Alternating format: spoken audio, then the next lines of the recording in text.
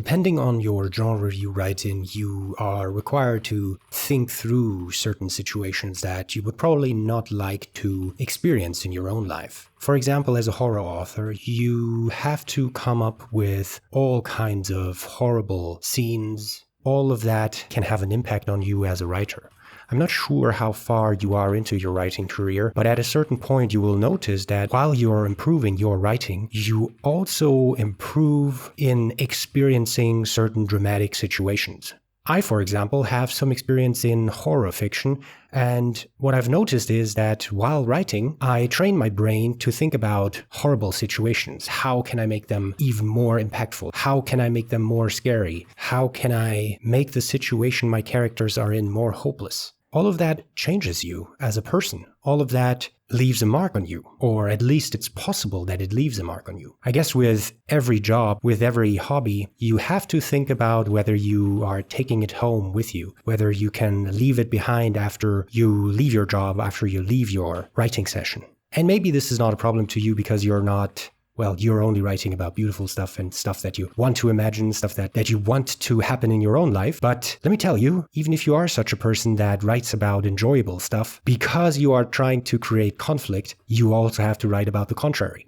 Inevitably, you have to think about stuff that you want to avoid, or you would avoid in your personal life if you could do so. And actually this negative, or the contrary of an enjoyable feeling, is something that you have to intensify as much as possible to make your story exciting, to make the enjoyable contrast even more intense.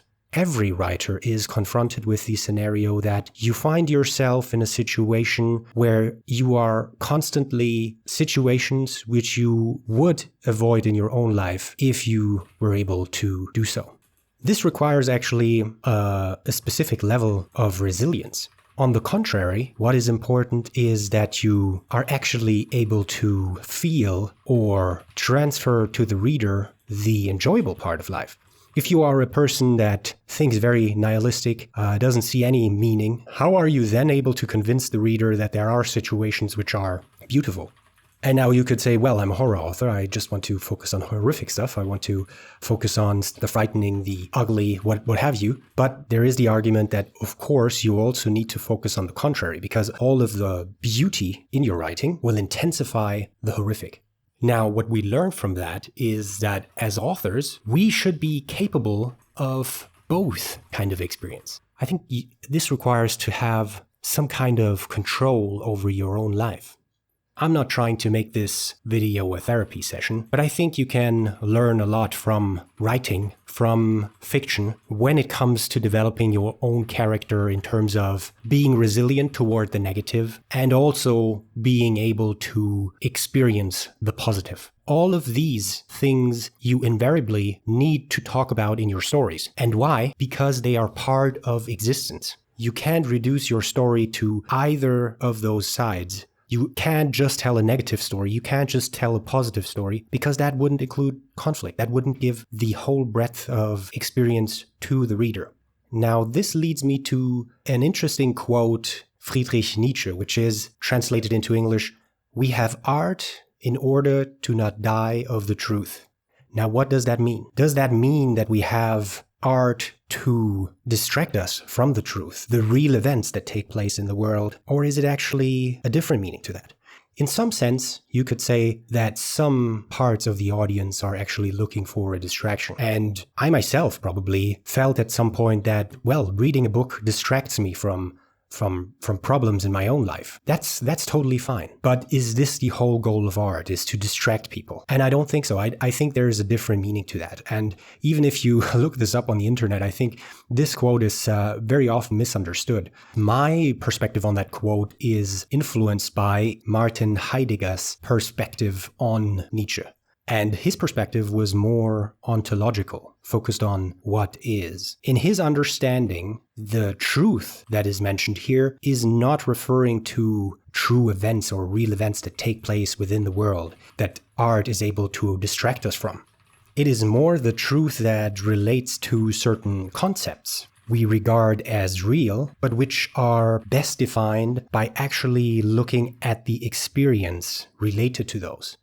So for example, truthfulness, for example, love, for example, art, all of these big words have a specific definition that helps us understand what we mean by these words. But in the end, what makes us really understand those words is the underlying experience of those words, the underlying experience of art, the underlying experience of love. You can define it in a dictionary, but what actually counts as a human is the experience of those words. To come back to Nietzsche's quote, "We have art in order to not die of the truth." This is actually referring to we have experience, we have the questioning of our reality to not die of a world which is governed by these abstract thoughts, by these abstract concepts which negate all experience that is actually valuable here.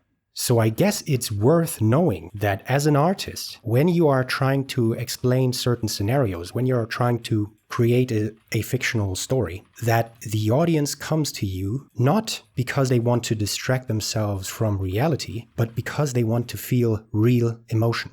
And so what does that mean for the writer? As I said in the beginning, as a writer, you should be capable of positive and negative emotions. I think you should embrace both of them. And as in a story, there is the fluctuation between positive and negative. And if you look at your life, there's also a fluctuation between positive and negative. In your life, don't be confused by answers. Don't be confused about concepts that are trying to tell you the world is unfair, for example. Is that really true? If it was true, you wouldn't be able to understand the term unfair, because we can only understand the term unfair by looking at the contrary. So don't be confused by answers. Try to remember what it means to you from an experience level. I hope I don't confuse you here. In my view, you have to understand that as an author, because invariably, this is what the audience expects you to do. You don't need to be a god creating a world because, well, if you were a god creating a world and would be an outside observer of that world, you wouldn't be part of it. You wouldn't have the same problems as the character living in your story. You want to feel like a character experiencing the positive and experiencing the negative. Don't be confused by answers that seemingly define the world or frame the world from a specific perspective, which are trying to tell you that there is no question to it. We found the answer. No, that's not the case. As in story, your experience is asking questions.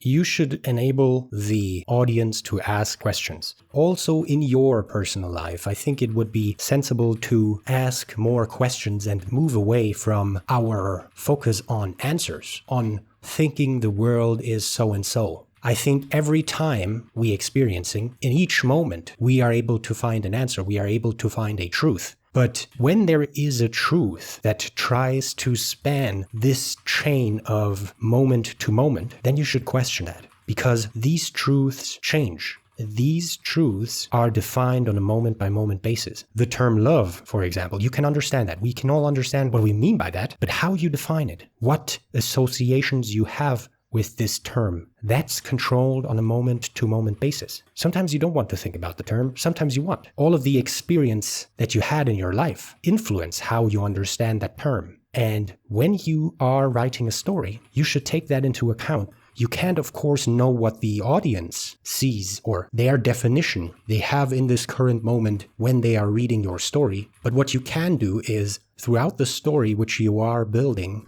you can try to influence what questions the audience asks themselves when it comes to thinking about these concepts, these terms. So that's what, in my opinion, Nietzsche means by we have art in order not to die of the truth. Because art is focused more on the experience, and the truth that he's referring to are these overarching truths that make sense, but which sometimes do not take into account what these terms really mean. We need those terms to communicate with each other. The world would fall into chaos if we wouldn't have a shared understanding of these terms. But we should also not forget that the understanding of these terms is highly influenced by experience. Thank you.